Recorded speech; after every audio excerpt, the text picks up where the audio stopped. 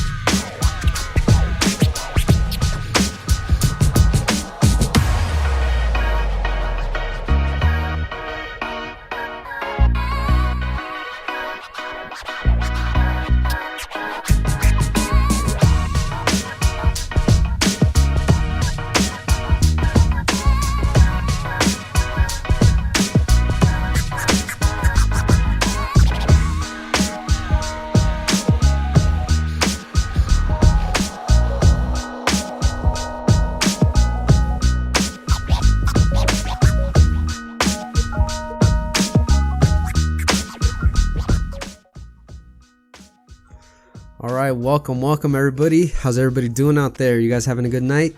Because I am having a terrible night. No, I'm just saying because I'm watching these Lakers right now, and holy crap, man, they're getting absolutely manhandled right now by the Brooklyn Nets, a KD-less Brooklyn Nets team, no less, and man, it's not looking good for the Lakers tonight, man. This was a big, important game. Definitely had it circled on the calendar. Obviously, we're not playing with Anthony Davis, who's injured right now, and we had a couple other players not playing, and we'll get into all of that stuff. I'll talk about this game and the state of the Lakers and everything a little bit later in the show, but yeah, man, right now as I'm kicking off live, man, I'm just kind of keeping up with the game right here, and I mean, obviously, LeBron does his thing, man, but dude, the rest of this team is just not looking too great. I mean, Kuz kind of does his thing, but oh man, it's gonna be, I can already hear the chatter tomorrow of everyone saying that, the Lakers can't beat the Nets, and, even though neither team was at 100%, but I mean, just kind of the way it goes in sports media and sports talk, you know what I mean? You lose a big game, man, and you all of a sudden automatically lose a lot of credibility, so this one's going to be a tough loss for the squad, for the Lake Show, and this one is going to be one that's going to stick to us for a while, and I'm sure we're going to face these guys somewhere down the road again, and it's going to be an even bigger and more important game when we see them next time around. Hopefully both teams are healthy at 100%, get AD and all these guys back, and the Nets have Kevin Durant back, but like I said, man, Kevin fucking Durant isn't even playing in this game, and Brooklyn is, I mean, they're just putting up threes, man. They're just putting up threes all night, all over the place. James Harden is doing his thing. Kyrie's always a baller, and they don't even have Kevin Durant on the floor, man, and they're beating us by almost 20. It's just man, hard to watch the squad, man. It hurts to watch them lose, and this one's gonna be a tough loss, but anyway, like I said, we'll get into all that sports talk, sports world, all that stuff a little bit later in the show. Let's go ahead and kick off here. Welcome back, everybody, to the Battleborn podcast. My name is Mario Salinas. I'm the host of this here little podcast, and good to be back with you guys all again. Hope you guys are all having a good, strong week, and definitely, you guys know me, always sending out positive vibes totally your guys' way, so catch those vibes, and hopefully you guys are sending them back my way, because fucking God knows I fucking need it right now, man. Especially, I mean, not just with this game, but I mean, dude, it's been busy last couple of weeks for your boy. I've just been busy with so much, man. Back in school, as you guys know, I've talked about it here on the show. I'm in college, so I'm back in classes. I'm working full time, so I'm dealing with that. I'm doing the podcast, trying to keep up with these shows, and it's just with the time that it takes to record and edit, and then publish the shows and put them out there, and get the edit for YouTube, get the edit for Spotify. Which, by the way, if you're listening on the Spotify, thank you. You guys get the audio breaks here later, a little bit later here on the show.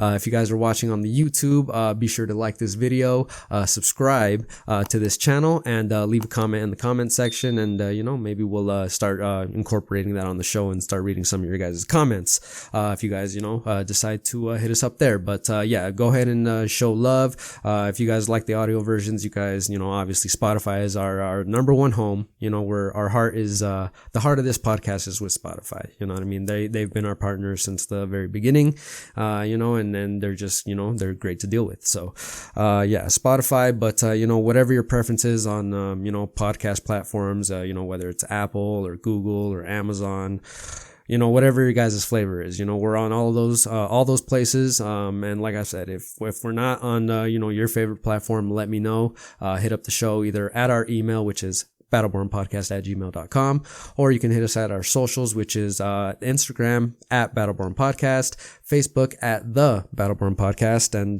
you guys have a variety of different ways to reach us here at the show and let us know what's on your mind and what we can do to make the listening experience a little bit better for you guys. But nevertheless, getting back to the show, man, yeah, so like I said, man, I've been just completely busy, completely swamped lately, and no, I'd be lying, man, if I didn't tell you that your boy ain't been getting a lot of sleep lately. So, yeah, man, I definitely need to focus a little more on trying to get more sleep, which was one of my resolutions this year, was like, I'm going to try to sleep more, because I'm just such a, for a lot of years, man, I've been not really good at being able to go to sleep early. You know what I mean? Like, for me, it feels like, I don't know if any of you guys out there can relate, but like my mind just goes in like a million different places all at once sometimes, and I'm always just like doing something, whether it be this or, I got homework because, school, or, I got an idea, or there's something that I want to do. It's just like, when you're sleeping, you can't do a lot. And when you're awake, you have,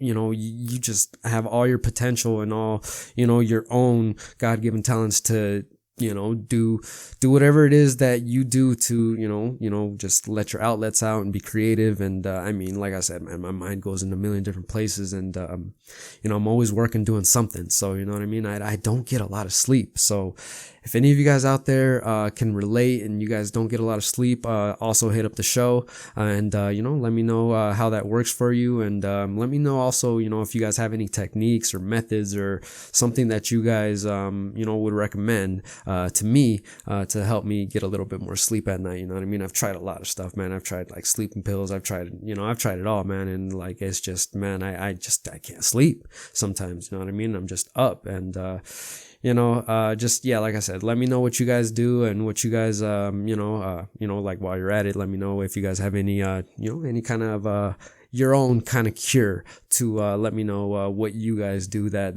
helps you get some rest at night, and get your mind relaxed and your mind at ease, and, try to, get some shut-eye, which I most definitely need. So definitely going to try to make that more of a priority, here going into, the future. The rest of 2021 is to, just, get some sleep, man. Get the old body some rest here, which is very important, much needed, for a variety of different reasons. Obviously, very important to your overall health, and that always needs to take priority over everything, which is your health. So, yeah, man. Just moving on from all of that. Like I said, welcome back to another episode of the Battleborn Podcast. I told you guys, go listen to us on the Spotify and the YouTube. Thank you guys for tuning in for another week here on the podcast. It's always good to have you guys here. And with that said, let us begin the show. First, starting off, obviously, is our quote of the week for this week. And for this week's quote of the week, we have the legendary GOAT man himself. This week's quote is by one Michael Jordan, the GOAT, the GOAT of the NBA, GOAT man himself. And yeah, this quote of the week is from MJ, and the quote reads: "Obstacles don't have to stop you. If you run into a wall, don't turn around and give up. Figure out how to climb it, go through it, or work around it." And most definitely a great quote to begin the show for the week. And I think I'll take it from the GOAT man. Just don't give up and keep giving it all you got in life, no matter what challenges you may face. So I think that is very, very good advice for us to, sound advice for us to go ahead and jump into the show here for the week. And let us begin with some of the biggest news going on this week, man. Obviously, I think the biggest news that, I've been talking to people about all day today is just man, have you guys seen and been keeping up with this weather situation that's going on over there in Texas? I mean, I think there's parts of Oklahoma as well that are also affected right now, but I mean, Texas is the hardest hit one at the moment, and man, they're facing like these just blizzards, and honestly, man, look, I keep it real. It's kind of hard for me to relate a little bit in a sense because I'm from northern Nevada, man. Like, I know about snow. You know what I mean? It snows here all the time. You know what I mean? And sometimes it snows, it really snows. So like, it ain't nothing new to us here to catch a blizzard all of a sudden, especially in northern Nevada, man. The weather here is like crazy. Like, literally, man, I tell the story all the time, like just sidetracking for a second. Here in Nevada, man, or northern Nevada, dude, I literally saw all 4 seasons in one day. You know what I mean? That's how crazy the weather is around here and how much it changes, man. I saw parts of the summer. It was raining. It started snowing. It was a little springish at the end. It was just like the craziest day. Like you could see that in one day here. So, I mean, but like I said, with Texas, man, they're dealing with these blizzards right now. And, like I said, hard to relate because I'm from a place that snows. So, and, over here, I mean, it ain't no thing, like it's something that we prepare for. It's something that we keep in mind. It's something that when we hear, hey, the weather report says it's going to snow, we have our own ways of dealing with it and taking precautions. I mean, we have snow plows on the road before a snowflake even touches the ground around here for the most part. But, yeah, man. So watching all this stuff happening in Texas, man, it's crazy because, you can obviously you can see that a lot of people aren't used to this. They're not used to dealing with like blizzardy weather, and dealing with snow and a lot of it. And,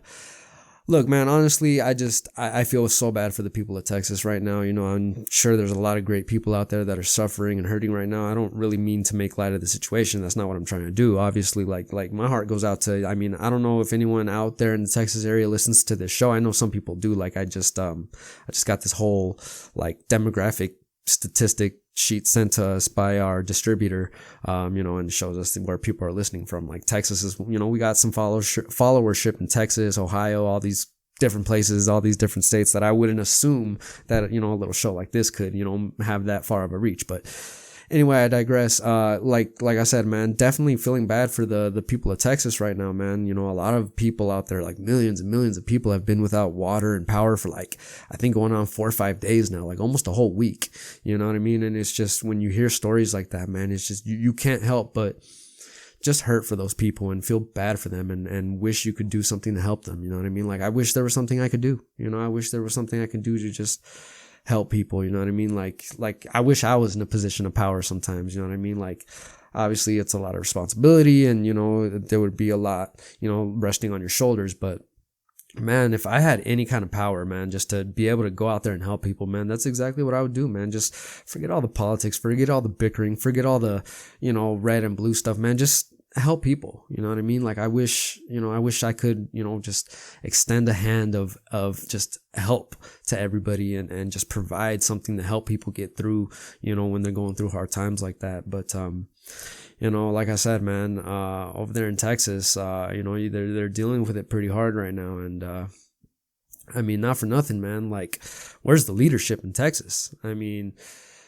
it's just the craziest thing, man. Like, this whole blizzard, happens and people are, like I said, are without power and electricity and they don't have heat and they don't have water and they don't have necessities. Like, I heard like stores over there are just completely ransacked and not like stolen or anything, just completely sold out. Nothing on the shelves, nothing available, no supplies, no food. I mean, I actually heard this one story. It was pretty funny, where it's like this, over there in Texas, they had this one guy, he was like one of those doomsday prepare guys, you know what I mean? He's just like, with the real heavy Texas accent, like, oh man, I'm getting ready for the government to come after us. I built my bunker and I got my guns down there and all my food, like a 3-week supply of food right there or something like that, or however much it was. I mean, it was just crazy. It was just a short little news clip. And, yeah, this guy, he has like a doomsday bunker set up, it was like an underground bunker in like the back of his house. But because of this blizzard, like I guess the entryway to get into the bunker was like frozen shut. So it's just like, oh man, well, so much for doomsday preparation, man. You got to be able to get in there, first of all, if it's going to work for you. So, I just thought that was kind of a funny story, man. But, again, back to the leadership over here in Texas, man. Yeah, man, like, obviously, I mean, unless you guys have been, living under a rock or you really don't pay attention to the news and politics, like that, you know what I mean? If you guys are really, which by the way, I mean, if you guys aren't paying attention, I mean, shame on you. You know what I mean? You got to live in this country too. So you should be paying attention and you should know what's going on. But anyway, I digress. Yeah, Ted Cruz, man. So this guy, man, and for those of you guys who don't know, Ted Cruz is a senator, one of the senators over there in the great state of Texas. And yeah, man, kind of got caught up in a little mini scandal, where, I don't know if I would call it mini. I mean, I think it was, I think it was pretty serious, all things considered. I mean, this guy, obviously a senator in is a leadership position, he should be a representative of that state. And, man, what basically the story is. So, like I said, this whole, weather situation is happening in Texas right now. And, Senator Cruz here, decides that in this moment where, so many of his constituents are just absolutely suffering, are living in complete misery and, just having a really hard go of it. What is his solution? What is his plan of action? What is his method of leadership? He decides that he is going to take a trip to Cancun. He gets with his family and whisks them off to Mexico, for a nice vacation. And, obviously, I mean, what was the guy fucking thinking, man? Does Ted Cruz think that he can just go to like a public airport and just check in onto an airplane and leave the country, and like while your state is literally going through what it's going through and nobody's going to stop and ask you like, hey man, like, what are you doing? Where are you going? Like, don't you have like, people over there that kind of need your help right now? Like, and I mean, look, a lot of people, I hate this argument where people are like, well, what is he supposed to do? And it's just like, well, if there's nothing he can do, then why the hell is he a senator? Like, why are you voting for this man? Why do you keep electing him if he can't do anything to help you? Cause who's out there in Texas right now trying to, actually do something to help people and get them through a difficult time like this? Old Beto O'Rourke is out there floating around in Texas somewhere actually trying to help people. And, for those of you guys who don't know him, he is the guy who actually challenged Ted Cruz in his last, re-election bid and, obviously lost because Ted Cruz won and is still the senator. But, I mean, it just goes to show you the difference right there, man. Look, it's not just, I'm not saying, conservative people have to become liberal or Republicans have to become Democrats or, all Republicans are bad, just because, Ted Cruz is absolutely abysmal. He would be a horrible senator regardless of what party he was on. You know what I mean? I would hate for that guy to be a fucking Democrat, man. That would be a complete just, yeah, man, I'd be a little embarrassed on that one.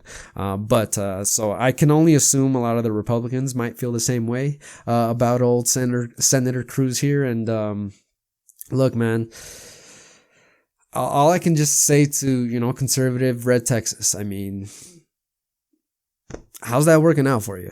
You know what I mean? Because Ted Cruz is certainly not putting your interest, or not prioritizing your interest and your needs right now at a time like this where it's like, dude, we're electing you for, when shit gets rough and when shit hits the fan, you gotta be there to represent for us and do things to help the people. You know what I mean? You should be, if you're not in Texas, you shouldn't be going to Cancun. You should be going to Washington and, you should be talking to the president saying, hey, Mr. President, we need some funding. We need some aid. We need some help. Send FEMA, send everything you got, send the National Guard, whatever you got to do to help people, find shelter and find food and send supplies and just the whole nine, which by the way, Biden has, in a sense done. He's declared state of emergency. He's, talked to the governor over there in Texas. I mean, doing everything that you would expect the president to do, unlike, Senator Cruz here, who, decides to take a vacation. And, I mean, it's just so pathetic, man. Like, obviously, look,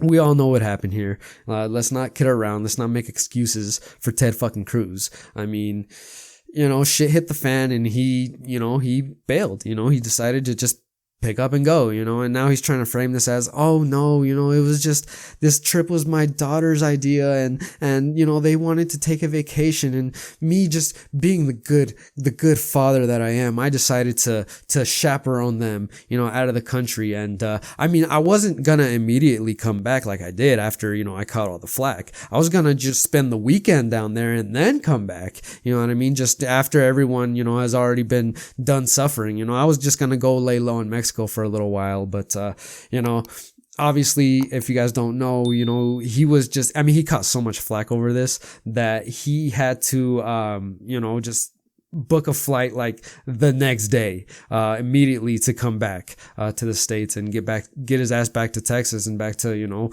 at least giving people some semblance that he's doing any kind of work, which obviously he's not. But dude, I'm just saying, like, going into like future elections, I hope this is something that, Texans will remember and keep in mind, and that's not me saying that, oh, I hope Texas goes blue. I'd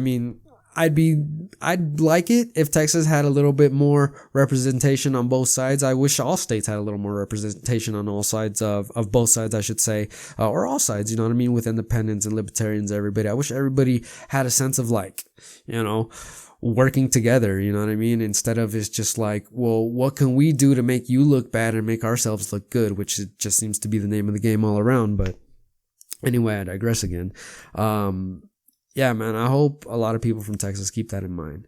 Like I said, my heart is going out to everybody out there in Texas, Oklahoma, everybody that's affected. There's record snow going around all over the country, in the Midwest, and then, up there in Detroit. And I was just hearing, like, over there in Michigan, man, they were catching a lot of snow, the last couple of days. So, just everybody that's, going through some hard weather right now, stay safe. I hope you guys stay warm, and, I hope you guys stay fed. I hope you guys are finding all the help and resources that you need to get through a difficult situation. And for those people that just don't have power and don't have heat and are just really having a hard time right now, man. Like I said, I wish there was more I can do, but what I can do is definitely send my thoughts all of your guys' way, and hope that hope that you guys are able to get through. I can't really say much more beyond that, but I just, like, I'm just saying, man, like, this whole weather situation, it could have been avoided. Like, I'm obviously not saying you could have stopped the weather and stopped, like, a blizzard like that from happening. I'm saying, we've been hearing for like 20 years now, maybe even longer. Not for nothing, but people, especially on the left, have been telling you guys, hey, you need to take this climate shit serious, because the weather can really fuck a lot of shit up, and we need to start investing into stuff and winterizing our infrastructure, and like in AOC's case, and we'll talk a little bit about AOC, where she proposes the Green New Deal, which, look, not saying anyone has to be fully on board for the Green New Deal. I think you can take parts of it and really make it realistically, realistic to implement. And, not everything in that Green New Deal is fucking crazy, man. You know what I mean? Like, a lot of it, most of it actually is really good, solid planning for the future. And, just because it's coming from a Democrat, guys, like, I just want people to stop looking at every situation as just like a political left or right kind of thing. You know what I mean? Just everything, man. Everything these days. Wearing a mask is political. Going to school is political.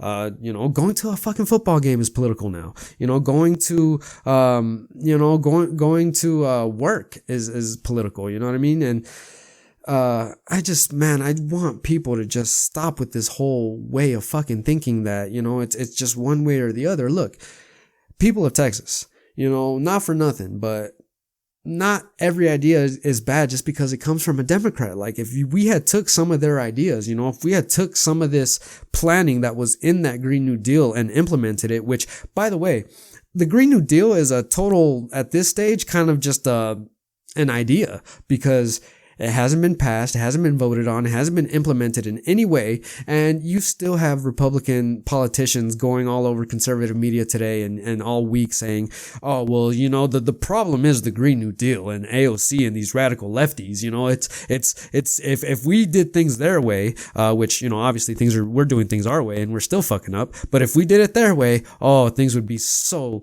bad. And it's like, bro, like, it's infuriating to me. None of the Green New Deal, nothing in there is currently implemented into the system right now. How is it that you're blaming the Green New Deal as, you know, the reason for basically your failures for the state that you're supposed to be running, for the decisions that you've made over the years?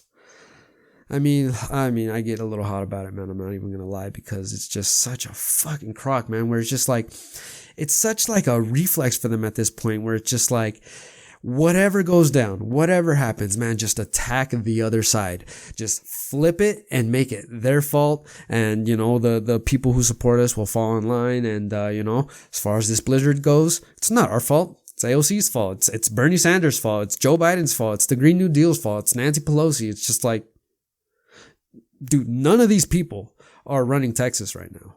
You know what I mean? Texas is a red state.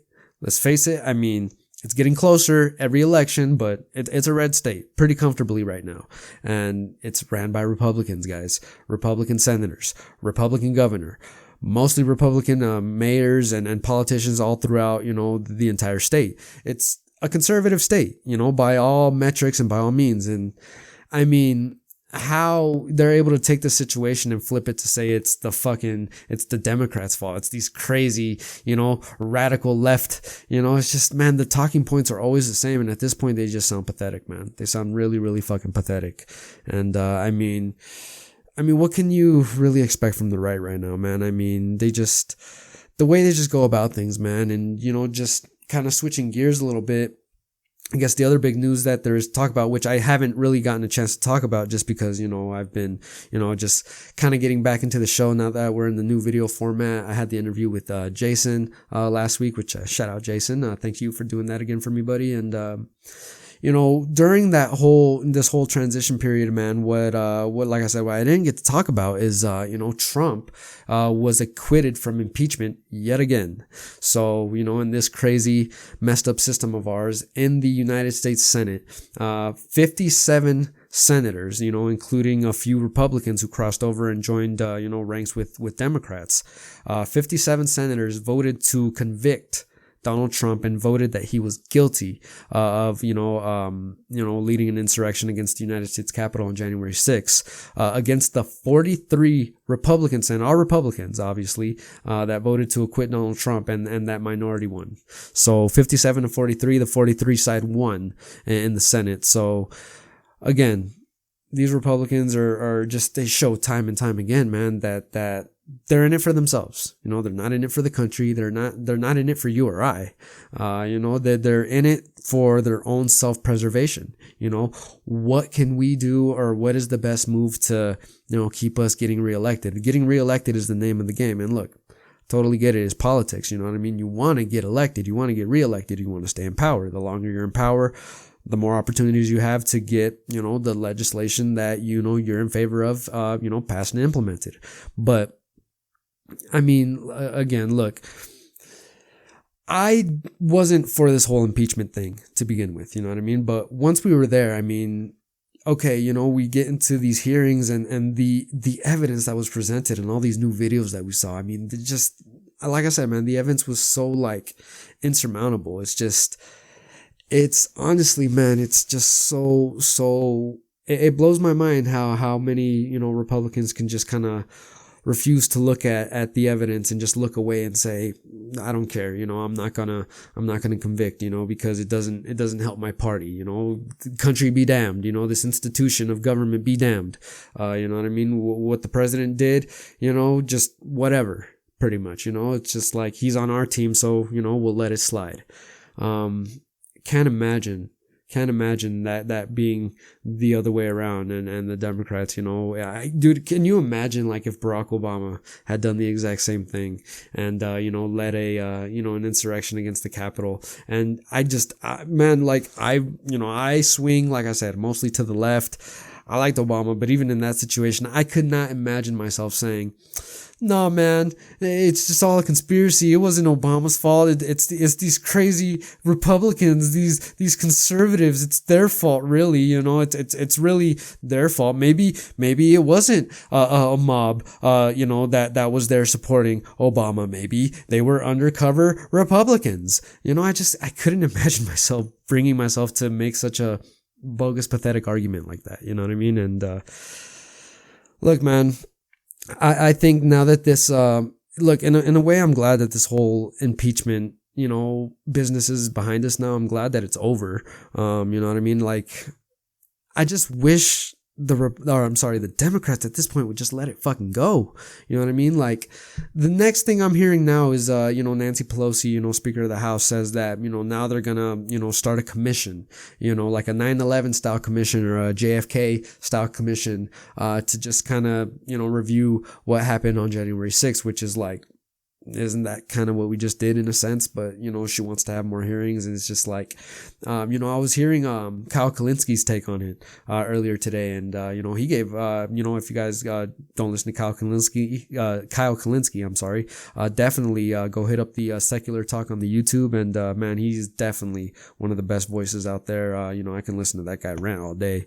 He's just so fucking good and talented at what he does. But I heard him give his take on it earlier, man. And, he was kind of, I think we were both, I'm in agreement with him. You know what I mean? We both kind of think about this similarly. It's just like, they just want to keep this thing going and just like, let it go. You know what I mean? Like at this point, you're giving Trump more airtime, and you're allowing him to stay relevant, more than he is. You could just let that guy you could just let him go and let him, squander away in irrelevance, down there in Florida for the rest of his life. You know what I mean? But you guys keep constantly bringing him back into the discord, and it's just like, guys, let it go. Yes. Do I think he's guilty? Absolutely. But is he worth like holding up things that really need to get done in this country for? Absolutely not, man. Like, I would rather the Democrats focus on things, that are important in getting these things done, like getting these, this COVID relief plan done, and getting people these stimulus checks, and working on immigration reform, and working on canceling student loan debt, which, we'll talk about it a little bit later. Biden is already kind of walking back on a lot of his promises, which, again, what I've been telling you guys for weeks. Biden is not a radical lefty Bernie Sanders type. He's just not. He's a moderate Democrat, and, he probably sides with, moderate Republicans on more things than he does with progressive liberals. So, just with the whole Trump thing, man, it's just like, I don't want to be fucking talking about Trump. You know what I mean? But you guys keep keeping him, or you guys keep his name, floating around in the Discord, like I said, and you let him walk away with another win, essentially, because for him, he's going to take it as a win that he got acquitted twice from impeachment.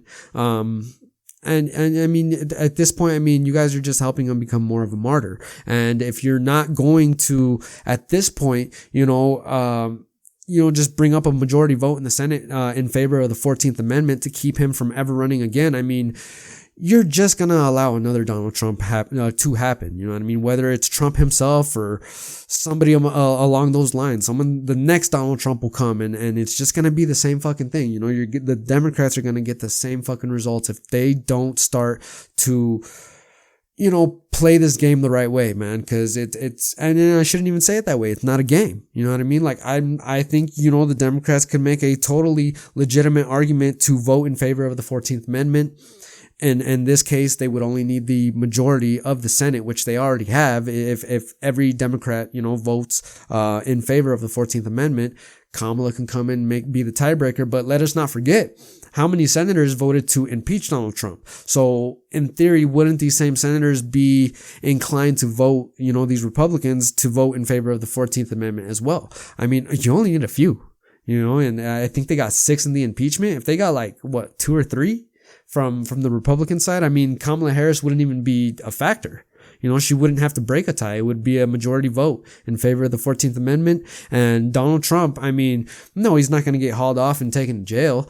Yet. At least not based off of that anyway, but they will bar him from being able to run again in 2024. And it's just like, why don't you just do it and just get it over with?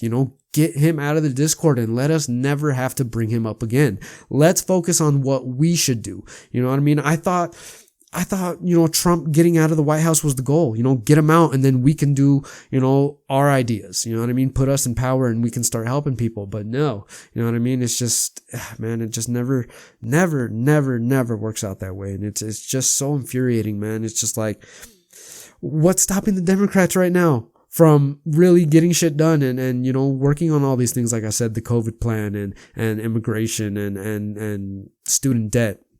What's really stopping them? They have the White House. They essentially have the majority in the Senate, and they have the House as well. So, just these Democrats, man, they really need to start focusing on the future, man. They really need to just stop with this whole, Trump business, in my opinion. You know what I mean? It's just like, let it go. You know what I mean?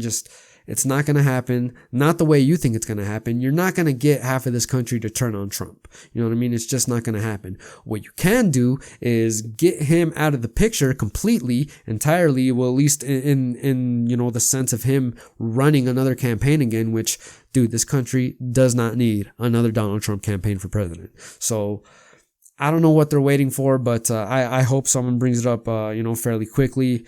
Let's hold a vote in the Senate, and we'll just go by a majority. If they can get the majority, which I'm sure they can, then we don't ever have to worry about, Trump running another presidential bid. So just my kind of 2 cents on the whole thing. But honestly, man, like I said, dude, the most thing I can say about the Democrats, man, they need to start fucking growing some balls and making some shit happen, because look, man, there's been good and bad things that have happened and that, I've liked and disliked, since, Biden's taken office and the Democrats have all the power. And, look, it's not all bad, but it's not like as smooth and flowing, like as good as I thought it could be. You know what I mean? And I was skeptical to begin with. You know what I mean? My level of expectation was like right here, and I thought maybe they would exceed that. I set the bar low, but they're just, they're barely reaching that bar, for me, for my taste.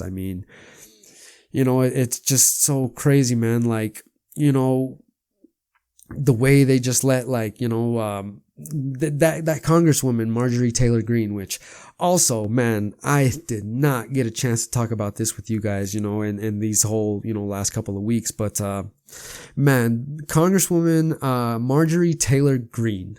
If you guys don't know her, she is she recently made some headlines last couple of weeks because, she's the one who, she's the one who was spouting off all these crazy QAnon conspiracy theories and just all the endless supply of just absolutely dumb shit that this lady has said, man. And I'm not calling her dumb. I'm saying a lot of the stuff she says and that she's been peddling has been absolutely ridiculous, man. I mean, not to mention, like, the way she just harassed that Parkland survivor, one of the kids that, was a survivor of that shooting at that school in Florida a few years back. And, this is a grown ass woman. You know what I mean? Following this, I think he's a teenager still. The kid's in high school, right? So she was following this kid around, just like, grown ass woman, on camera, just harassing this kid who obviously had no interest in speaking to her. He wasn't going to give her the time of day to try to, fit whatever her narrative is to put that out there in the public and try to shame this kid over some shit. Shame him for what? For surviving a school shooting? The Republicans just, they always find a way to just kind of just sit back and be like, oh, well, I don't know if that was so bad. Was that really bad? It's just, yes, that was really that bad. And, where are the Democrats, man, who are running everything and should have taken, some kind of serious action or, like really fight that, you know what I mean? Like, you let the Republicans really create this whole narrative that, oh, it's not so bad, is it? But then AOC to them is the boogeyman and she's crazy, right? And where do you see people on the left defending her? You know what I mean? I mean, the small section of people do. I mean, real progressive people do. You know, the progressive voters definitely do. But, you know, this whole narrative that the right and the Republicans could have that. Marjorie Taylor Greene, who believes that Jewish people have space lasers or lasers in space, and they are using those lasers to shoot down and cause wildfires in California to push some kind of, you know, to push their agenda on climate change, is not crazy. But AOC is totally crazy because she wants to give people health care and living wages. Wow, what a monster. I mean, man, like, you know, that Marjorie woman, man, she tried to walk back her comments, and I mean, she said the dumbest shit, like, you know, well, you know, since I've been elected, I haven't said any of that stuff technically. So technically, you know, I can't really get in trouble for all that stuff I said, you know, the space lasers and, you know, all the election fraud stuff. And, you know, the one thing I love about these, you know, Republicans, you know, especially, you know, Marjorie Taylor Greene is, they cry all day long about, oh, cancel culture and, you know, we're being censored. You know what I mean? She literally wore a face mask on the floor of the Congress saying, you know, censored, right? While she got up on the podium on the microphone and spoke to a live national audience. You know what I mean? So, I mean, I find that a little bit ironic. Like, these guys have like their platforms to talk to millions and millions of people on a daily basis, but somehow they're censored. You know what I mean? Just because, I don't know, you know, anybody that has any other ideas and goes against, you know, what they believe in, it's cancel culture. You guys are canceling us. No, we're not canceling you. We just don't agree with your ideas. We don't agree with your way of thinking. We do not agree with your crazy conspiracy theories, you know, and they are conspiracy theories. This is all QAnon bullshit. And, I mean, look, man, as far as I'm concerned, I think, you know, Marjorie should have been kicked out of the Congress. She should be expelled. I mean, she did lose all her committee assignments, you know, thankfully, you know, because of the Democrats. But, I mean, damn, dude, you know what I mean? I wish that the Democrats would fight a little harder on stuff like this, you know what I mean? Or at least defend their own, like AOC. I mean, dude, how the fuck, you know, the Republicans can, you know, make this argument that, you know, all this crazy stuff that Marjorie Taylor Greene says is not radical, but AOC is a total radical. I mean, guys, she wants to, you know, help teachers. She wants to help the working class people. She wants to help, you know, she wants to help the people who really need it. You know what I mean? She's not in it for the big money. She's not in it for the corporations. You know what I mean? Am I saying she's perfect at everything she does? No, I'm sure she would even tell you she's probably not perfect at everything she does. You know what I mean? I'm sure, look, everybody makes mistakes at one point or another, including myself. You know, nobody's perfect. But AOC wanting to help people is not radical. Marjorie Taylor Greene is radical. That's radical to me. You know, space lasers, Jewish space lasers causing wildfires in California. Not crazy. Not crazy enough for you Republicans. I don't know, man. I mean, if like I said, I couldn't imagine if she was a Democrat saying all this same kind of crazy shit that she's saying, and I would sit there and be like, just because she's a Democrat, hey, maybe, you know, maybe there are space lasers in the sky causing wildfires. Maybe, you know, maybe the election was stolen, which it wasn't. I mean, look, man, it's not all on the Democrats. I mean, they can only do so much. I mean, I'm sure if they could, they would. But I mean, you know, they do have another half of the country to deal with, man. And these Republicans, man, they're just something else, man. But like I said, the fact that a guy like Al Franken has to retire and he has to, you know, leave, you know, his Senate job in kind of disgrace, you know what I mean? Because of a joke that he did, you know what I mean? Or, I mean, there was some other, you know, accusations against him. I don't want to downplay that stuff either, but I mean, listen, a lot of these Republicans get caught with worse and they never have to lose their jobs. They damn near barely ever have to apologize for anything, you know what I mean? And I wish sometimes the Democrats would be a little more like connected that way. Like, don't let go of crazy shit. Like if the Democrats had their own Marjorie Taylor Greene spouting off all this nonsense, I would hope that the Democrats would look at her and be like, nah, yeah, you need to go. You're not really helping. But I mean, just hope they take accountability, man. You know what I mean? Man, it's so much harder to be on the left. You know what I mean? Than it is to, be on the right, because on the left, you actually have to be responsible, and you know what I mean? You can't get away with that same kind of nonsense. It just wouldn't happen. You know what I mean? Just progressive voters and just, typical, left-leaning voters, they wouldn't put up with that shit. Like I don't think there could be a Democrat Donald Trump. I don't think it would ever work, because I don't just the way like the people on the left vote, it's not like that, man. That's not what people are looking for. That completely turns them off. So yeah, man, like, can you imagine if like I said, if Obama or Biden went out there acting like Trump all the time? Like, you think I would vote for that? You're out of your mind, man. Like, you know what I mean? Like the closest thing you could say is probably Bernie, but at least when Bernie is out there, actually arguing and making a good case of things, it's, again, to help working people. It's to help, people that are struggling. It's to help the people that need the help, not the people that already have everything that they need and wouldn't otherwise be affected if, we had our economic, system implemented in such a way where, the wealthy were paying their fair share, and we were using that to, really put money towards good use to help communities. But I mean, hey, what do I know? You know what I mean? I'm not a politician. I'm not, some, scholastic scholar, genius. I'm just, I'm just a guy with a YouTube channel and a microphone, and I got an opinion, and, I study this shit, you know what I mean? It's, politics is my degree, this is my interest, this is what I do. You know what I mean? This is what I pay attention to. This is what I focus on. This is what my opinion is. And, there's going to be people who agree with me. There's going to be people who don't.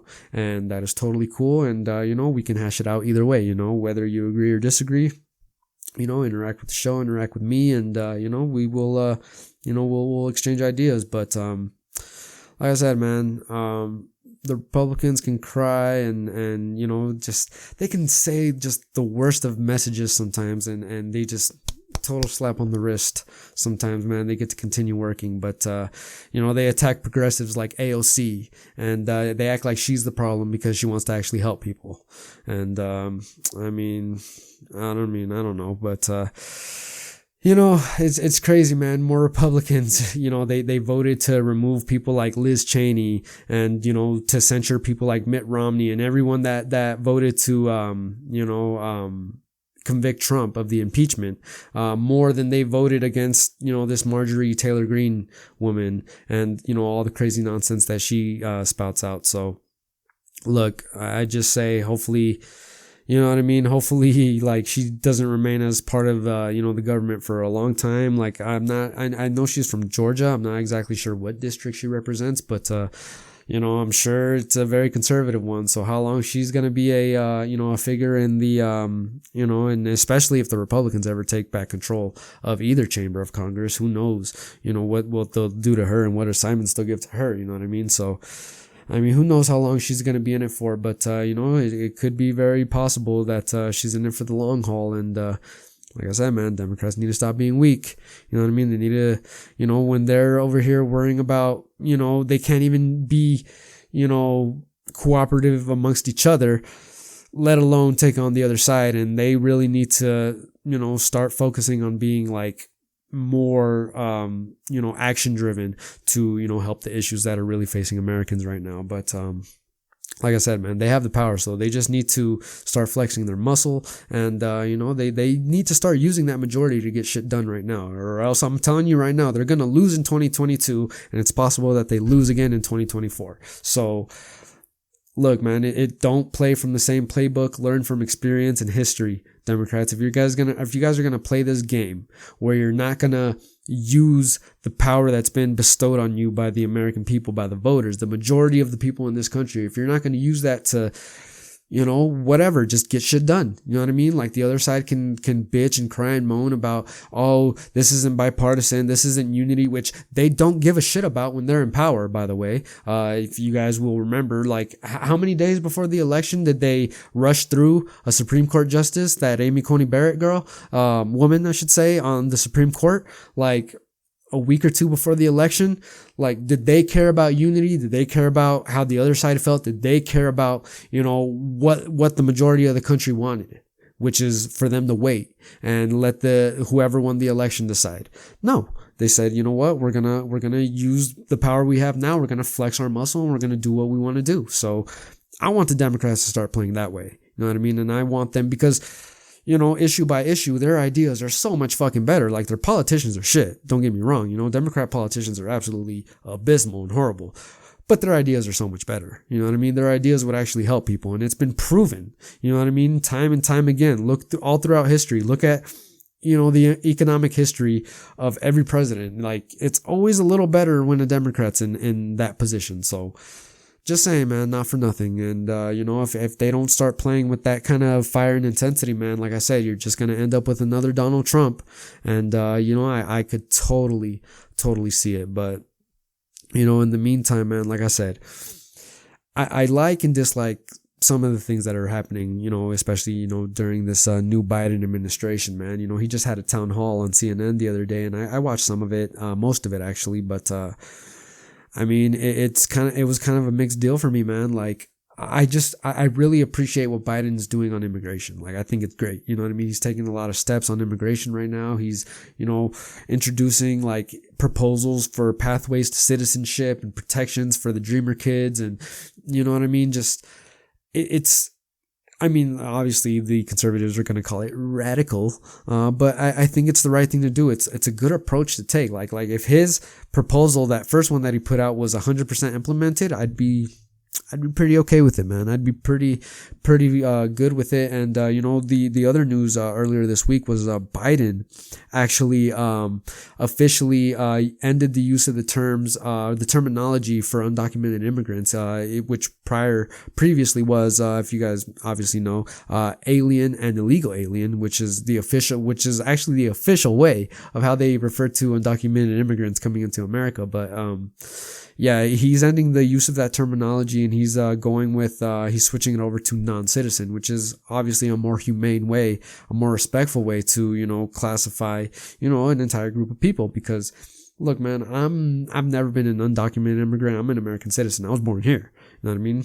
Northern Nevada, born and raised. But to constantly being, hear my people get labeled with these terms, man, it just, I found it offensive as a Hispanic man living in America, watching or seeing all these people in positions of power cast these labels on people. And it's like, it reminds me very much about, a lot of the arguments that are made in the black community, in the civil rights, fights, and, where it's just like, they talk about it in the black history culture, where it's like, they use these terms to classify people as, and they use these, these words and these terminologies just to kind of denigrate and, discount people and, just to really make them feel, like kind of like subhuman, like less than worthy, or not as worthy, as to the superior people, whoever that may be. But, like, yeah, man, I'm glad to see Biden taking those kind of steps on immigration, man. It's great. Like, you know what I mean? Immigration is like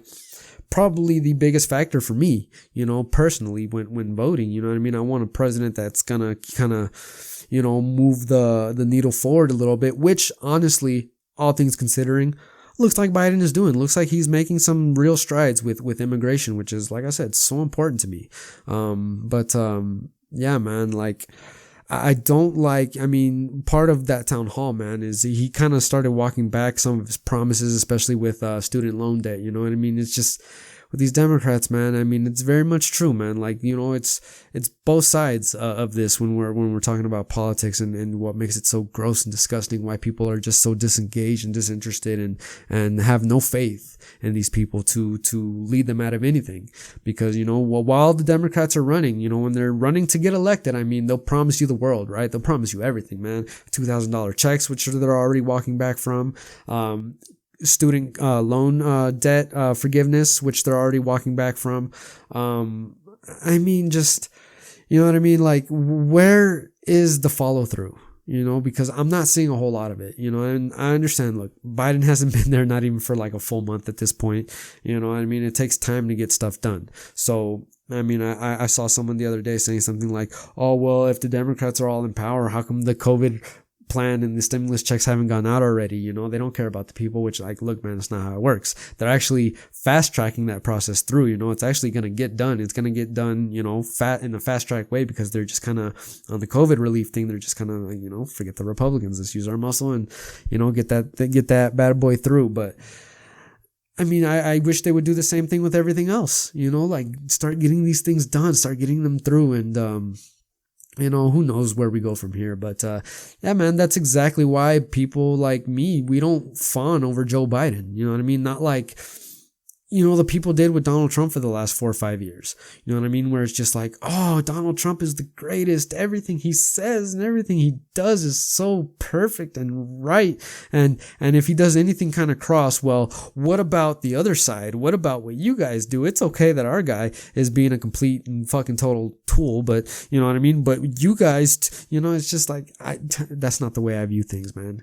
It's not how I view politics. It's like, dude, if anyone that I voted for, like, I voted for Biden. I don't hide it. I wanted Trump to lose the election. I'm happy. I'm glad that he lost the election. But if I saw Biden, start doing a lot of this same crazy nonsense that Trump was doing over these last few years, I mean, no chance I would support him again for a re-election.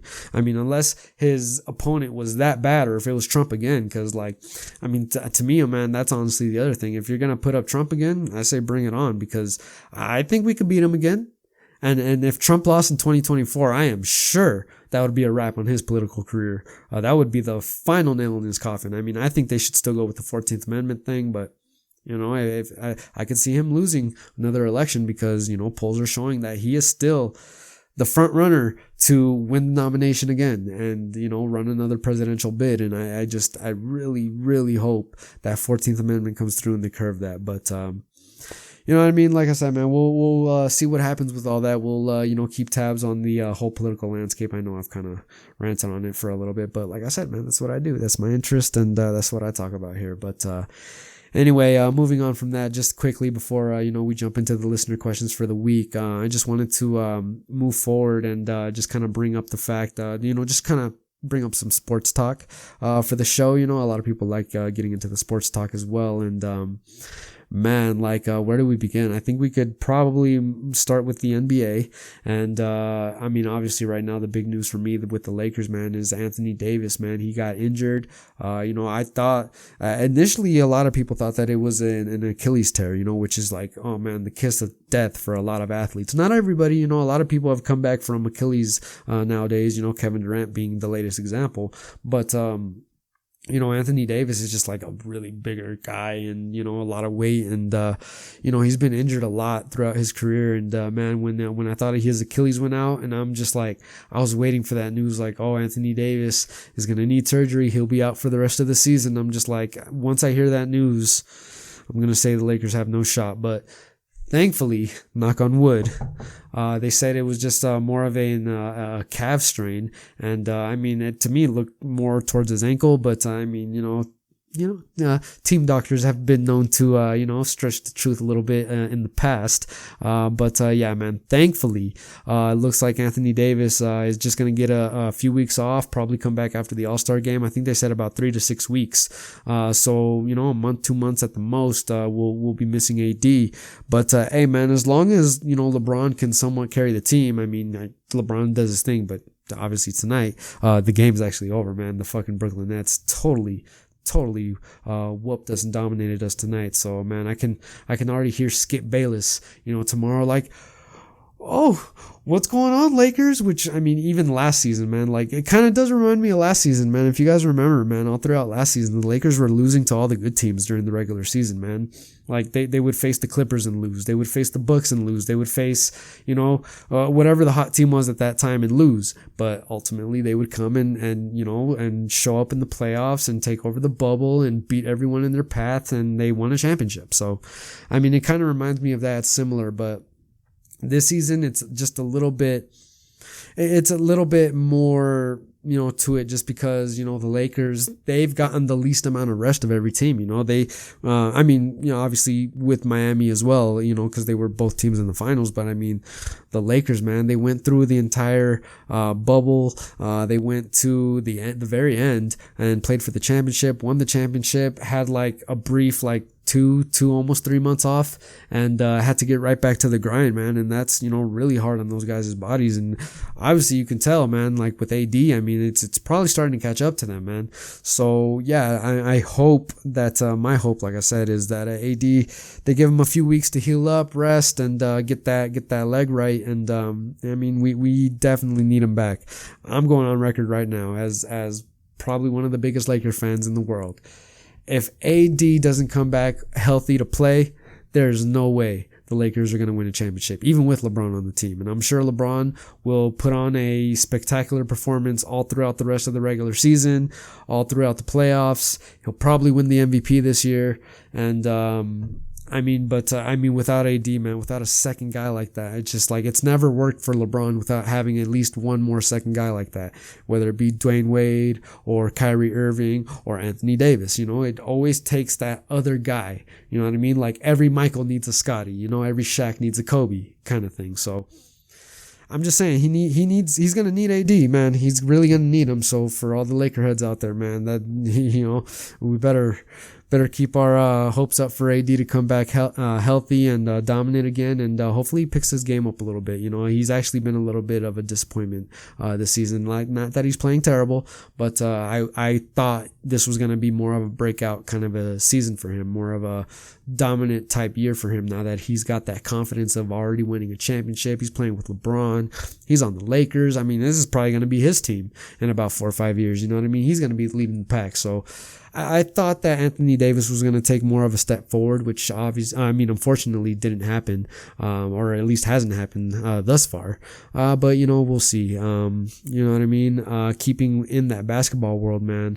Draymond Green, and this is something I've talked about with some of you guys on the socials, and everything we got going on right there, the way we talk, and if you guys haven't heard, Draymond Green actually, he had one of those post-game conferences, or post-game interview conferences with the media, and he spoke to there's this whole thing happening in Cleveland with Andre Drummond being traded, or he was on the trading block, and they decided to bench him and not play him and let him play in the game because they were going to get rid of him. So Draymond Green from the Golden State Warriors took issue with the whole situation, and just kind of his feeling on how players are treated, when they want to, switch teams and go to another organization, versus, when a organization decides, oh, well, we're just gonna, get rid of this player. So I'm gonna play you just a couple minutes here, a clip from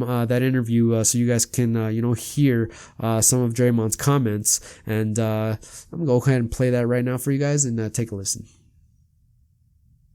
I would like to talk about something that's really bothering me. And it's the treatment of players in this league. To watch Andre Drummond before the game sit on the sideline, then go to the back, and then come out in street clothes because a team is going to trade him. Because when James Harden asked for a trade and essentially dogged it, I don't think there was no surprise, or there's no one's going to fight back that James was dogging it his last days in Houston. But he was castrated for wanting to go to a different team, and everybody destroyed that man. And yet a team can come out and say, oh, we want to trade a guy, and then that guy is to go sit. And if he doesn't stay professional, then he's a cancer, and he's not good in someone's locker room, and he's the issue. And we've seen situations of Harrison Barnes getting pulled off the bench. DeMarcus Cousins finding out that he's traded in an interview after the All-Star game. And we continue to let this happen. But I got fined for stating my opinion of what I thought should happen with another player.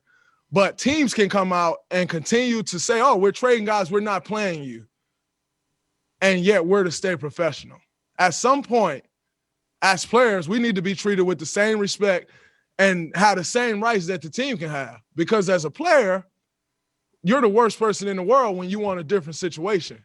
But a team can say they're trading you, and that man is to stay in shape. He is to stay professional. And if not, his career is on the line. At some point, this league has to protect the players from embarrassment like that.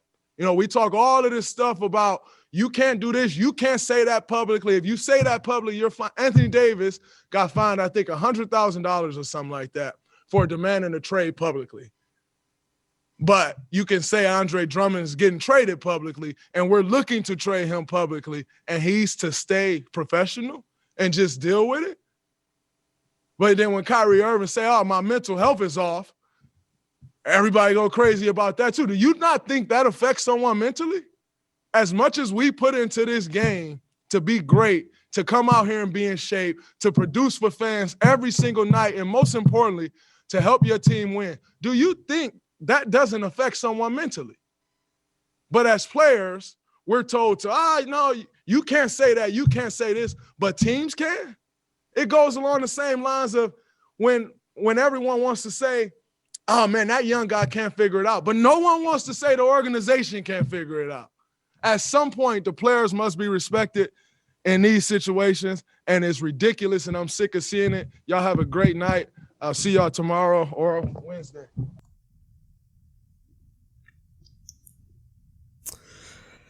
So those were Draymond's comments, and, look, man, I agree with Draymond. He makes a lot of good points. I think there is, a double standard of, especially, look, James Harden isn't exactly the best situation because, you know what I mean? Like, there was a lot of blame to go around in that entire situation with Houston and James Harden.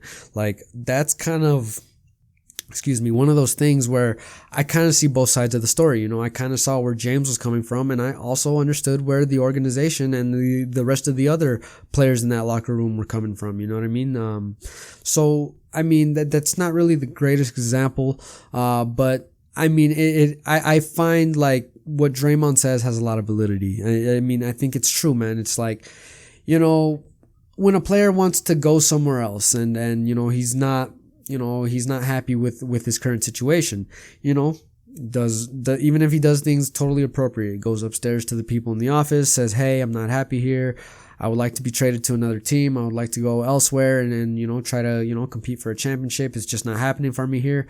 All of a sudden that guy, he becomes a big problem and a cancer to the locker room, and he's bringing down the organization, and that whole narrative is pretty much cast on that player. You know what I mean? LeBron James comes to mind when he left Cleveland the first time, after the decision, which obviously a lot of factors in that whole thing with the decision, but you know what I mean? It's true, man. When a player wants to do something, when the player wants to make the decision, they're looked at as the bad guy, the villain, right? But when the organization just do say we're going to get rid of you, never mind your home life situation, you're, uprooting your family to another city again. We're just going to trade you, and that's all there is to it. And, we're not going to catch any flack for that. And, yeah, man, I think that the organizations get away with that a little bit to some extent. So I think Draymond is correct in that regard. Cause look, the argument's always going to be, well, these players signed a contract with the organization. It's like, yes, but who else signed that contract? The organization. You know what I mean? They both agreed to terms of a contract. So listen, if I'm just saying, if the organization is allowed to say, you know what, we don't like we don't like the results, we're going to terminate this contract, or we're going to use this, we're going to move you somewhere else, within our powers of this contract, then, hey, I think by that same token that the players should also have that same right to say, well, you know what, I'm not happy here. I don't want to finish out the rest of the terms of this contract. And I want, do something else. So look, man, like I said, it's kind of and this is kind of the messages that I've been getting from you guys on the situation. I think it's been mixed. Some people agree with Draymond, some people don't agree with Draymond, but like I said, man, there's one side, there's the other side, but I think the truth kind of lies somewhere in the middle. You know what I'm saying? So, I mean, that's just kind of how I see things. But, you know what I mean? Let me know what you guys think right into the show. Do you guys side with Draymond on the entire situation? Do you guys agree more with the organization's rights to move players and, the way they go about handling their business? Do you think both sides need to kind of come together and, find a way to... because it is one thing, I have seen in the past where like players find out from like Twitter or the media or whatever it may be that they've been traded and they're no longer a part of an organization, where it's just like, no, man, that shouldn't be the way. Like, the organization should be the one, keeping in touch with the player and saying, hey, look, it's not working out, we're gonna move you elsewhere, and just keep things on level with people. You know what I mean? Like, what's so wrong about that? But man, just finally last bit of basketball news. If you guys haven't heard, today right before these games started, the All-Star rosters were announced. So the Western and the Eastern All-Star championships were they were both released, and now we know who's representing both conferences. So just to kind of read off the list, for the East, I'll start there. For the Eastern Conference, the All-Star starters are going to be Kevin Durant, Kyrie Irving, Joel Embiid, Bradley Beal, and the Greek Freak, Giannis Antetokounmpo. Which, look, man, I think the East got it right. I mean, I like the lineup. You know what I mean? I think that's going to be a very, very good team, in the All-Star game. I think they'll play well together. It's a lot of shooting power. So, and I think it was all the correct guys. I mean, obviously you can make a lot of cases for a lot of guys out there in the East, but I think generally they got it right, man. I can't think of one guy on that list that I would take out. The bottom of that pack would probably be Bradley Beal, but I mean, he's leading the league in scoring right now. So how do you really take him out? You can't take out Kyrie. I mean, maybe you can switch out Kyrie with James Harden. Like, you can kind of interchange those guys, right? But maybe Kyrie's got the slight advantage, but like I said, that one could have gone either way. I wouldn't have been mad either way. You're not taking out KD, you're not taking out the Greek Freak, and Joel Embiid is having a great year. So I think they got it right, man. But over here on the West Coast, on the Western Conference, oh man, it's just look, the list is pretty good. You know what I mean? We got LeBron, we got Kawhi Leonard, we got Steph Curry, we got Luka Doncic, and we got the Joker from Denver. So, I mean, I like everyone on that list, man. With the exception, I think I would have probably, I think the consensus kind of looks like Damian Lillard, Dame Dalla, should have probably got the starting spot over Luka Doncic from the Dallas Mavericks. I think a lot of people are more in agreement that it should have been Dame. Dame, his team is doing better. I mean, their stats look so much better. I mean, Dame has just been so clutch this season, and like, that's one of those guys you got to be careful when you're playing them, whether in the regular season or the playoffs, man. That is a dangerous, scary team when they start to get hot, especially Dame, man. That guy, like, fuck, man, he has no fear. That guy will shoot dagger threes with like 2 seconds on the clock, man, and he'll sink them swish. You know what I mean? It's just nothing but net with that guy. And I mean, I think I agree with most of the sentiment out there from you guys that it should have been Dame over Luka. But other than that, I mean, I think you can kind of make a pretty good case for the rest of that, roster. I think there was talk earlier today that I saw that Anthony Davis should have probably gotten a starting spot. But I mean, I don't think so, man. I think Joker is having a little bit better of a season than Anthony Davis. And like I said, man, Anthony Davis isn't really...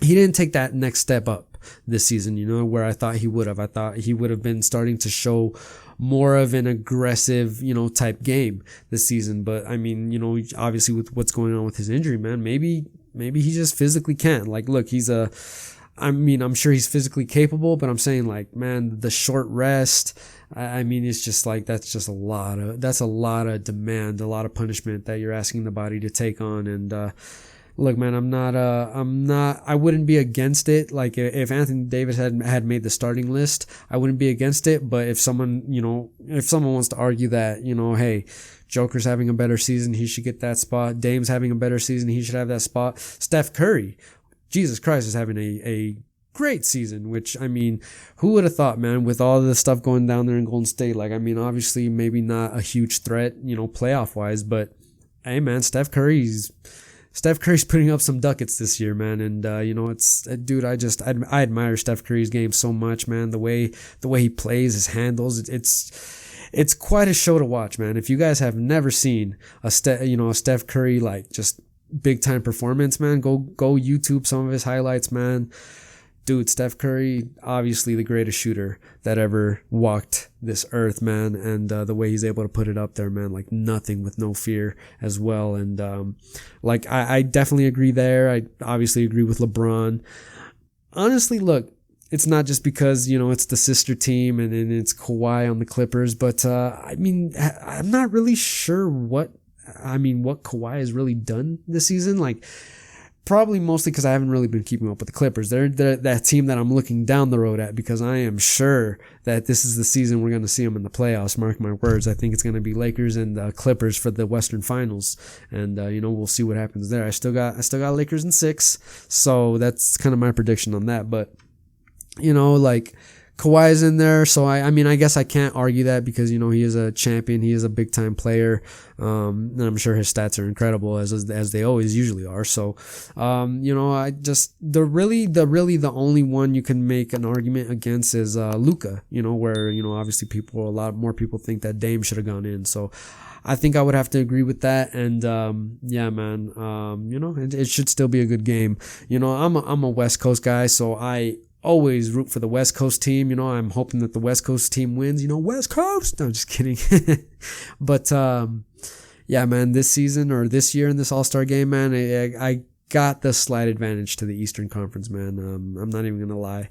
Yeah, the East, that Eastern Conference All-Star team looks pretty fucking good, man. And I think they just have a little bit more than this Western side. And we'll see what happens, man. It's gonna be that same format, that new format that they had last year, which actually turned out to be a pretty good game, all things considering.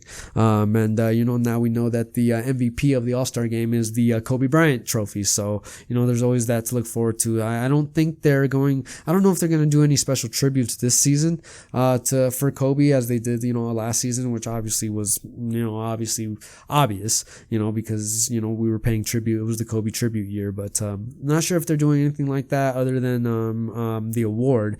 But still very cool nonetheless. Way to honor Kobe in the game, and and way to to give another player a little bit of shine in the honor and legacy of Kobe Bryant. But all good things. We will keep an eye out on that, and we are definitely looking forward to the All-Star game coming up in a couple weeks here. It will be in Atlanta, Georgia, and be sure to keep up with that, and watch the game when it comes around. We'll let you guys know, and like I said, we'll keep an eye on it. But with all that said, you guys, let's go ahead and jump into a quick little break here. We'll take this small little break for you guys on the YouTube. You see a little transition. For you guys on the Spotify, you'll get the quick music break here with our featured music.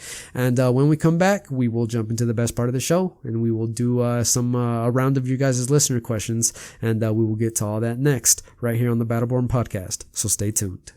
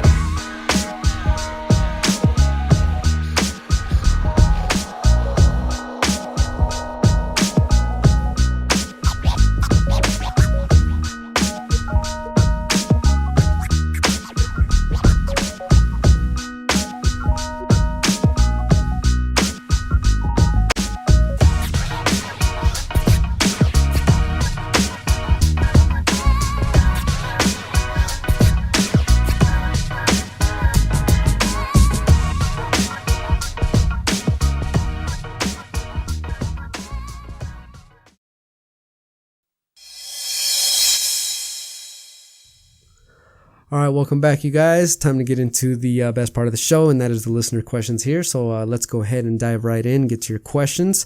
Let's go ahead and start with this first one here. This one reads subject line, follow-up. So let's see. Hey, Mario, I wrote to you a few weeks ago about starting a podcast. I was happy to hear you I'm happy to hear you read my question and you gave some great advice, but didn't really follow through with it. But I didn't really follow through with it, but I would still like to. I think I have all I need to begin now. I just need to figure out how to get everything set up. Just to follow up with you again, can you give a quick checklist of what all I will need to start and doing podcast? I mean, you got some typos right here, man. I'm trying to read this right, but it says to start and doing a podcast. Does it take a lot of time? Is it fairly simple, or does it require a lot of work? Congratulations to you for starting a podcast. Be sure to, next time leave me a link or, wherever I can find your podcast. I'll plug it right here on the show. Send some people your guys' way or your way, however many people are doing it. I don't know, but is starting a podcast fairly simple, or does it require a lot of work, man? Look, I'm not even gonna lie, man. I wouldn't call it simple. It's gonna require some effort and some level of work. You know what I mean?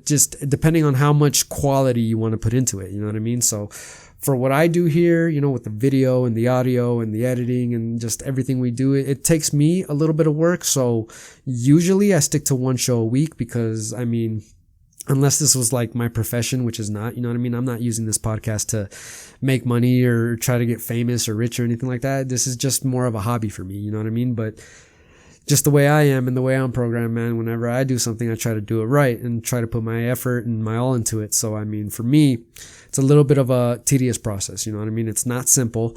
But that doesn't mean it's like, completely hard work. I'm not trying to run you off from doing a podcast, man. Like, if you really want to do it and you have like if you have an interest and passion for wanting to start your podcast and you got ideas and you want to get creative with it, yeah, man, if you're really into it, bro, you're gonna have a good time. You know what I mean? It's gonna be fun for you to just kind of create your own little thing, right? So, yeah, man, look, it's gonna take some work. You know what I mean? You're gonna have to, you're going to have to come up with a show. You're going to kind of have to come up with your format. You're going to have to come up with the topics you're going to discuss. Maybe you have all that stuff down, which is great. You know what I mean? That you're probably already halfway there. Then you're going to have to get your equipment set up. Then you're going to have to make sure your equipment is running correctly. Then you're going to have to make sure that, that you can, however you're going to distribute your show, you have that taken care of. So, you got to get your distributor all set up. You got to make sure where you're being distributed to, and, how to follow up with your statistics and, whatever it is that you're going to do with your podcast. So a lot of factors that go into it. It isn't just a simple plug in a microphone, record what you want to say, put it out there, and you're done. Like, there's a little bit more that goes to it than that, especially, like I said, if you're trying to have a quality podcast. But, yeah, man, if you want to, get some more like one-on-one time with me and, like we can Zoom, we can talk over email on the socials, however you like to reach out and get a hold of me, man, I can definitely walk you through some more stuff and, kind of help you out behind the scenes and getting everything set up and just kind of, I can show you the way I do it here, and then you can maybe take some of those ideas and kind of run with it and kind of come up with your own kind of style, which is what you should do. You know what I mean? Don't try to copy what somebody else is doing, but just, you know what I mean? Just, you gotta come up with your own thing. And, but I'd be more than happy to help out anybody out there that wants to, start their own podcast or YouTube show or whatever. If you guys just have any questions or want any advice of how I do it or what you can do to get started, man, let your boy know. Hit up the email again right there, battlebornpodcast@gmail.com. Yeah, just holler at me and let me know, man. I'd be more than happy to, kind of discuss that with you a little further in a little bit more detail than to, just kind of run through the whole setup here on the show. But yeah, man, it'd be my pleasure. But anyway, good question. Let's move on to the next one. This one reads Biden versus Obama. Biden versus Obama. Okay, let's see what they want to know. Hi, Mario. Really cool podcast. Oh, thank you very much. I appreciate that. I subscribe to your YouTube channel. Oh, thank you again. Be sure to subscribe to the YouTube channel, everybody. I know it's early, but who do you think will end up being a better president overall? Joe Biden or Barack Obama? Ooh, that's a very good question, man. I really haven't put much thought into that. Who's going to be better between Obama and Biden? Well, look, I mean, Obama was a fairly good president. You know what I mean? Like, obviously not great, not perfect. I mean, he did a lot of things I didn't like either. You know what I mean? He wasn't, just because I supported the guy on most things doesn't mean I supported him on everything. You know what I mean? I thought a lot of his foreign policy approach was, totally atrocious, man. The way, I mean, just, he kind of carried on the wars when he said he was going to end them. Guantanamo's still there when he said he was going to close it. You know what I mean? Like, not everything in the Obama agenda, immigration reform, which was one of his big promises that really, that's one of the things that I really look to Obama for, is just the immigration reform that never happened. Now, obviously, there's a lot of other factors at play. There was a lot of Republican obstruction during his second term when they had control of the Congress. And I don't put it all on Barack Obama. But you know what I mean? Like I said, I'm not a sycophant for any president. You know what I mean? I would never fanboy for anybody the way, like a lot of these people did for Trump. So, I mean, like I said, dude, I liked Obama overall, and I didn't like everything that he did, but, I did like him. I would have voted for him again if I could have, between all of these guys, Biden and Trump and Hillary and all these people. I would have went for Obama all day. So, I mean, between him and Biden though, like, I think it's just too soon to tell, man. I don't think Biden has enough time for me to say who was better. In a lot of ways, they'll probably end up being very similar to each other. I mean, let us not forget, Joe Biden was the man's vice president. So I'm sure they have a lot of, ideologies and political perspectives, similar to one another. So in that regard, I think they might end up being a lot more similar than different. But I will say, Biden definitely has the potential to end up being a better president than Obama. But I mean, that remains to be seen, because we don't know what he's done yet, because he hasn't really done anything. He's done small things, you know what I mean? But he hasn't taken any big, bold legislative steps, or, he hasn't done anything like completely progressive, like, like the conservative media keeps saying that he does. But I mean, he has the potential. Like, he could end up doing a lot of good things. He could end up, reforming immigration. He could end up canceling student loan debt, which I know he's walked back, but I mean, you put the pressure on, make it an issue, and you never know. I mean, Joe Biden seems like the kind of guy that you can put pressure on him and make him do the right thing in the end. So he could do a lot of these things. He can, start taking more action on climate change. He can, just put in more money for education and infrastructure, and maybe end one of these wars and pull our troops out of Afghanistan and Iraq, because, like, what are they still doing over there, right? So he can do a lot of things, which, I would say, oh damn, Biden got some shit done. In my book, he's a little bit better than Obama was. But I mean, like I said, remains to be seen. We have to see what he does.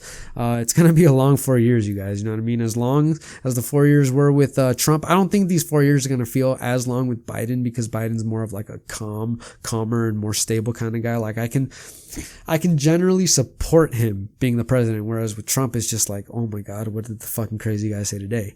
You know what I mean? Type feel. But yeah, man, we'll see. We will see. And man, good question. That was a little bit of a thinker. But let's move on to the next one.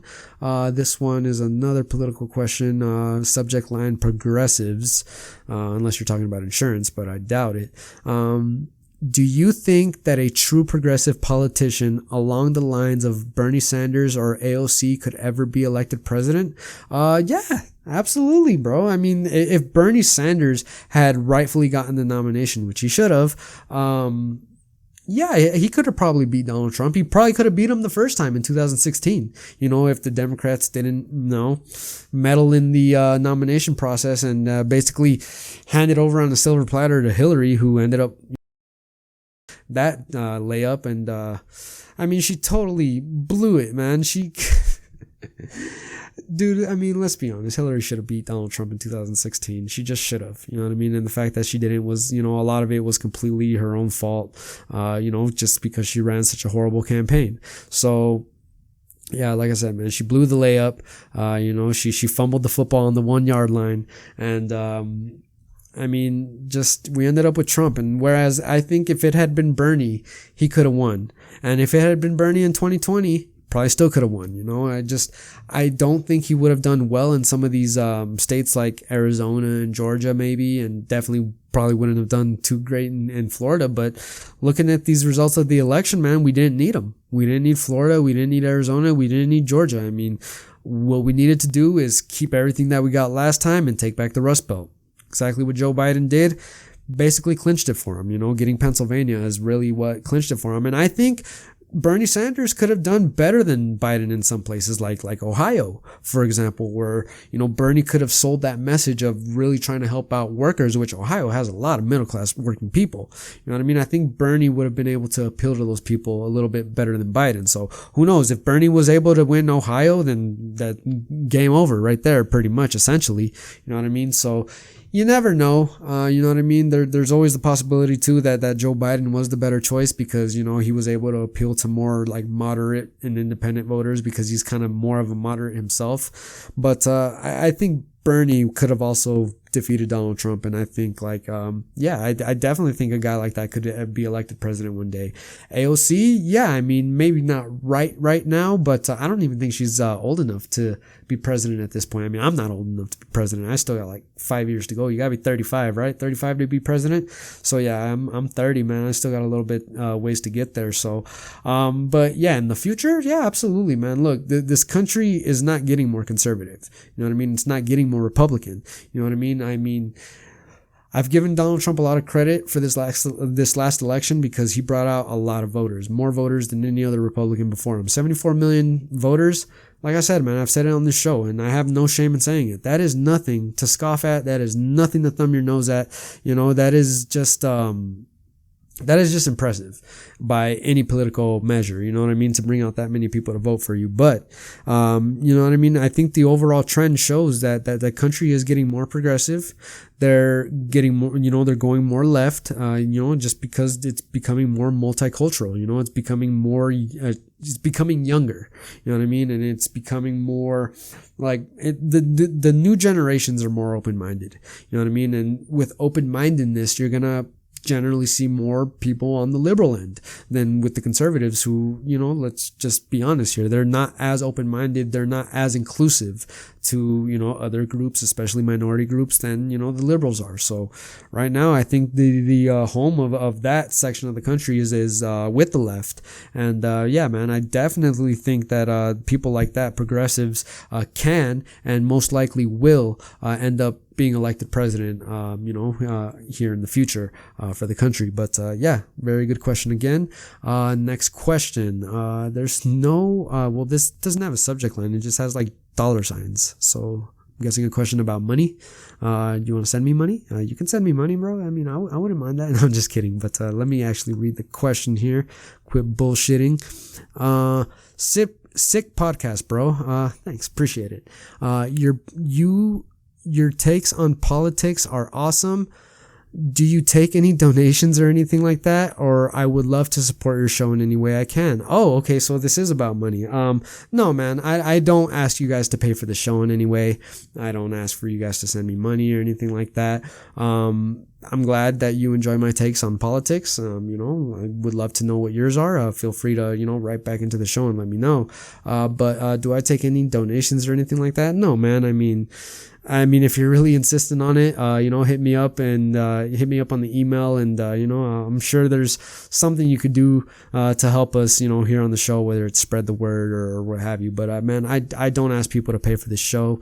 Totally free for everybody on the YouTube, the Spotify, all the platforms, totally free of charge.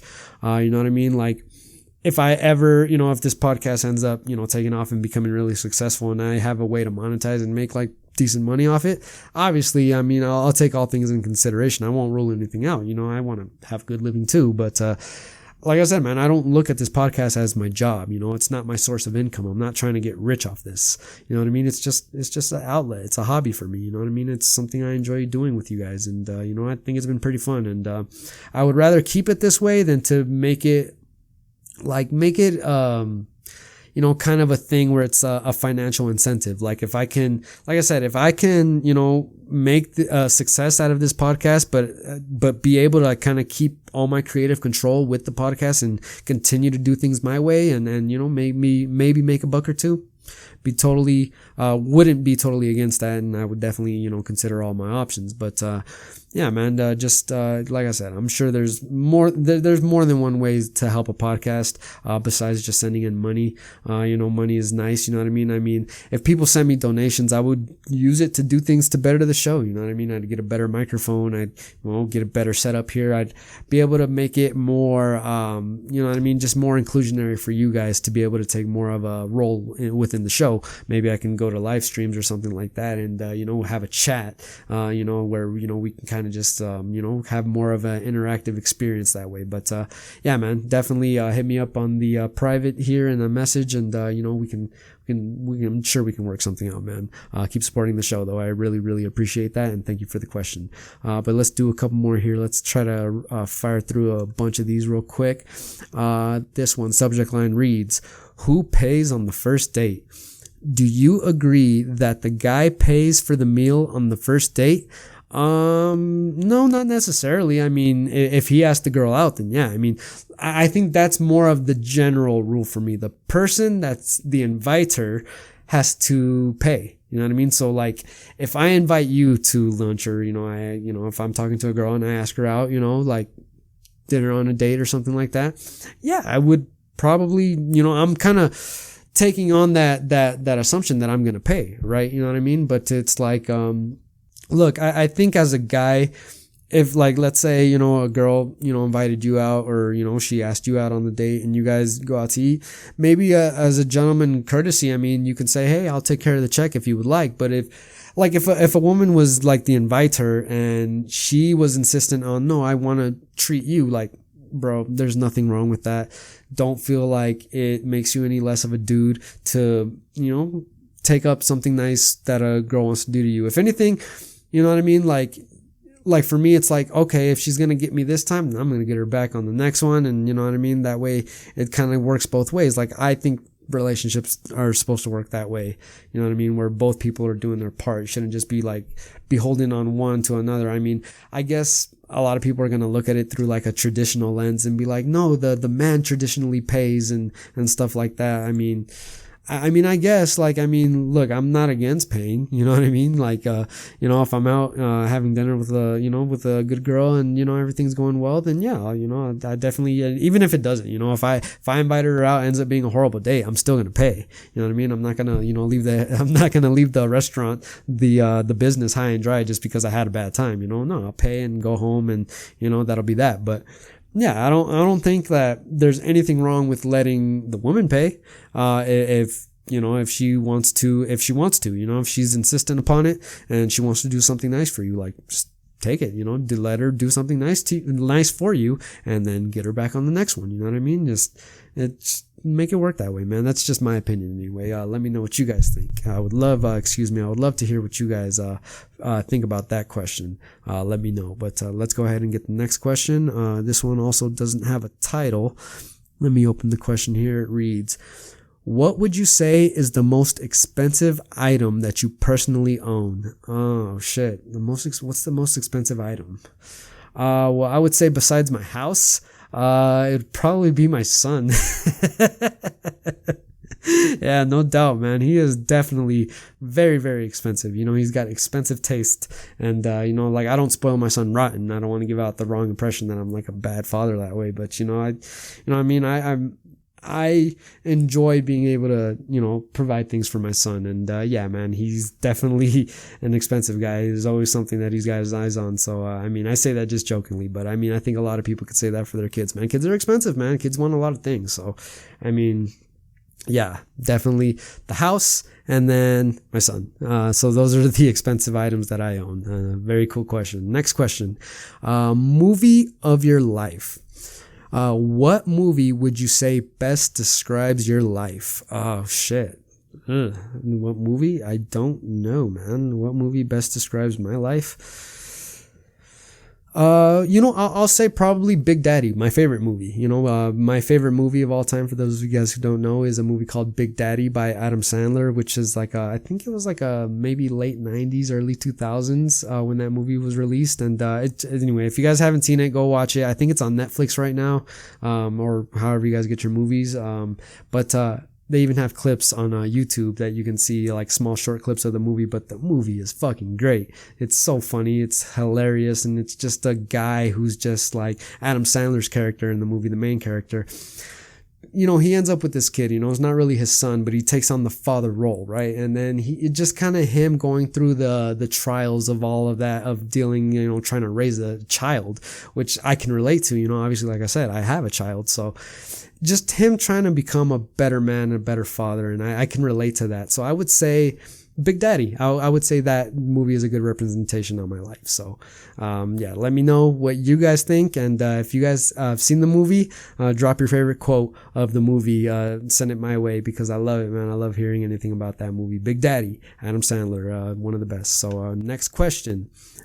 Subject line reads, change yourself. If you could change one thing about yourself, what would it be and why?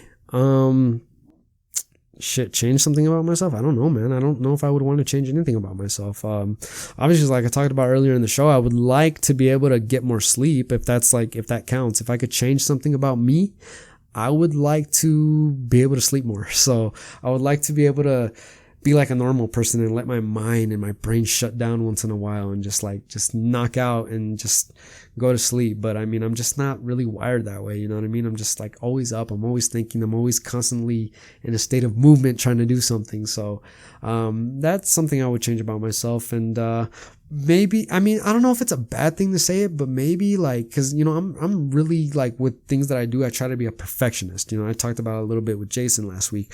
Always trying to be a perfectionist at things that I do, you know, like with this podcast or whatever it is that I attempt to do. I always try to be perfect at it. So maybe that's not a bad thing to change. Maybe that's a good thing to keep, but maybe like when it gets bad, I would maybe try to change that. You know what I mean? Like, try not to be so perfect at everything all the time, and you know, just live with my best efforts. And you know, I think you know, maybe that's something I would change. But another good question. Let's get to the next one. Sexy or smart? Let's see. Hey Mario, what would you rather be called, sexy or smart? Man, sexy or smart? Shit, man. Well, that's a tough one. There's pros and cons to both. I mean, obviously I would want to be smart.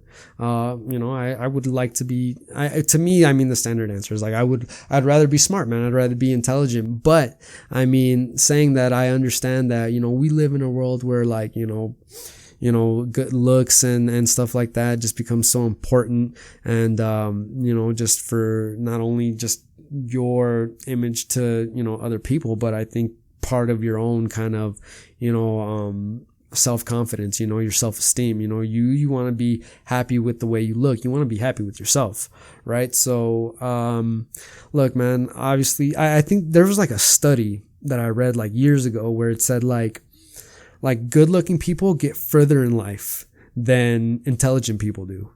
I mean, isn't that crazy? Like you can have all the smarts in the world, but like that almost pales into comparison as to having like just great like movie star type looks, like, you know what I mean, like a guy like fucking George Clooney or you know, one of these, you know, famous actresses. They're gonna get a lot further than, you know, than the you know, the intelligent guy or the intelligent girl. You know what I mean? Because, you know, like I said, we are a people that values looks over intelligence. So tough for me to say, man, but I mean, if I was forced, I would say smart. You know what I mean? I'd rather be called smart. You know, it'd be nice to be called sexy. You know, some people get both. I'm just kidding, but you know what I mean? Like, if I had to pick, I would say smart, man. I mean, that's just me. You know what I mean? That's kind of where I'm coming from. But anyway, let's do a couple more questions. We'll wrap the show here. Next one also doesn't. You guys aren't putting titles on these ones or subject lines. This one doesn't have one, but got a question in here, so let me open it and read it. This one says, hey, is it really true that the Democrats can stop Trump from running again for president? Yeah, I just talked about it on the show, man. They can hold a majority vote in the Senate, you know, based on the 14th Amendment that says, you know, Trump aided and, you know, and armed or were they armed? Yeah, I think some of them were armed. But we can pass the 14th Amendment that says Trump aided an insurrection against the United States Capitol, against the United States government, his own government at the time. And, all it would take is a simple majority, which means at least 51 votes. So that means even if we get an even split with 50 Republicans and 50 Democrats, which is the current split right now in the Senate, Kamala Harris, being the vice president and the president of the Senate, could come in and, cast the deciding tiebreaker vote in favor of the Democrats. And yeah, a majority vote would be that Donald Trump cannot run for president again in 2024. So definitely is something they can do. Definitely something they should do. Hope it is something that they will do. And, it is possible. So yeah, that's the answer to that one, man. They definitely have the power to. So, keep an eye out. We'll see if they take that up, which they should, like I've said. So let's go ahead and do one last question for the week here. And this one has a subject line that says motivation. I actually think I might have read this question before. Other than money, what keeps you the most motivated? I'm kind of thinking I answered this question already on one of the last shows. It sounds familiar, but let me go ahead and just give it another shot. Other than money, what keeps you the most motivated? Other than money, what keeps me the most motivated? My son, man. My son. And, just